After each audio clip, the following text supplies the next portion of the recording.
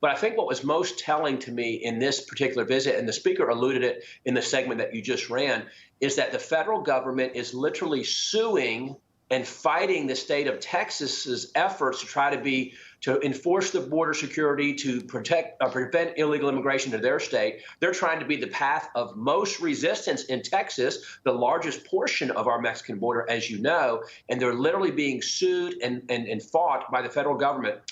The federal government, the Biden administration, as you know, always asks for more resources. They just don't have the resources to do what they need to do. Well, when Texas does it for them, it doesn't cost the federal government anything. So we know what the reality is. They want this invasion. They don't want to let Texas or any other border state prevent it from happening. Yeah, the numbers are absolutely staggering. 300 Americans a day dying from fentanyl. That's the equivalent of a jetliner going down in this country every single day. Last month, more than 300,000 illegals were encountered on the southern border, the most in U.S. history. Here is what Secretary Alejandro Mayorkas told Morning Joe this week about what's causing this historic mass illegal immigration. Watch.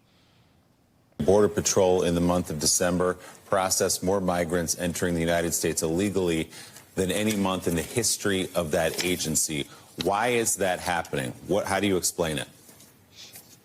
So we are seeing the greatest number of displaced people, not only at our southern border, not only in the Western Hemisphere, but across the globe. We have the effects of climate change, poverty, increasing level of authoritarianism.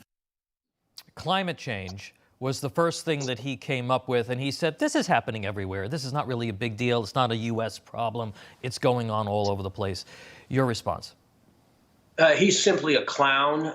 It's unbelievable how much dereliction of duty he has displayed. He deserves to be impeached, as does President Biden, for the harm that they're doing to the country. Again, unspeakable harm what they've done. Think about when we have allowed millions of criminal gotaways, those who avoid apprehension. They don't want the free health care, the free social services, the free travel, the free housing, the free education, and all the benefits that are given to them by the Biden administration and by this federal government. The ones who evade that because they have terrorist ties, criminal backgrounds, they're trafficking women and children and drugs into the country, the millions that have gotten this country in the last 3 years because of that. When this border is sealed, what harm will they do? We will see a Hamas-like incident in this country as a result of this president's policies because of who he is currently letting and has already let into this country. Your colleague, Arizona Congressman Juan Ciscomani, opened up about his experience as an American immigrant and how it contrasts with the immigration system that we had today. Watch this. I'm an immigrant. I came to this country when I was 11 years old. Became a U.S. citizen in 2006 as an adult in my 20s. Then I was elected to the United States Congress 16 years later. No country in the world would give you that opportunity. So I believe in the opportunities this country has. I believe in the generosity of our nation. I believe in the American dream that I'm living. But this is not it. It was an incredibly powerful moment there by the congressman. House Republicans are insisting, Congressman Good, that the president's request for additional aid for Ukraine be combined with money to secure the border. What specifically does the House GOP need in that bill in order to make a deal with the White House?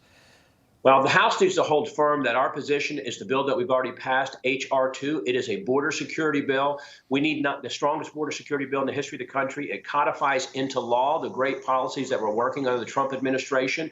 We don't need to settle for, we must not settle for some kind of watered down, weak, pretend border security bill. We must not allow the Senate and the White House to improperly conflate immigration policy with border security. There is no such thing as illegal immigration. Immigration, by definition, is a legal process. We allow 1 million legal immigrants into our country every year, approximately. We're the most generous country in the world, as Mr. Ciscomani was saying just a moment ago. But we've got to stand firm on H.R. 2, and we've got to demand it's not only that it's signed into law by the president after being passed by the Senate, but it's implemented and it's enforced. The main problem, as you know, is we have a lawless administration who is not even enforcing the existing laws on the books and is intentionally trying to circumvent those. And every resource they have that's so-called directed towards border security is directed for the purpose of bringing more illegals, just more processing folks. Absolutely. Processing folks and resettling them around the country.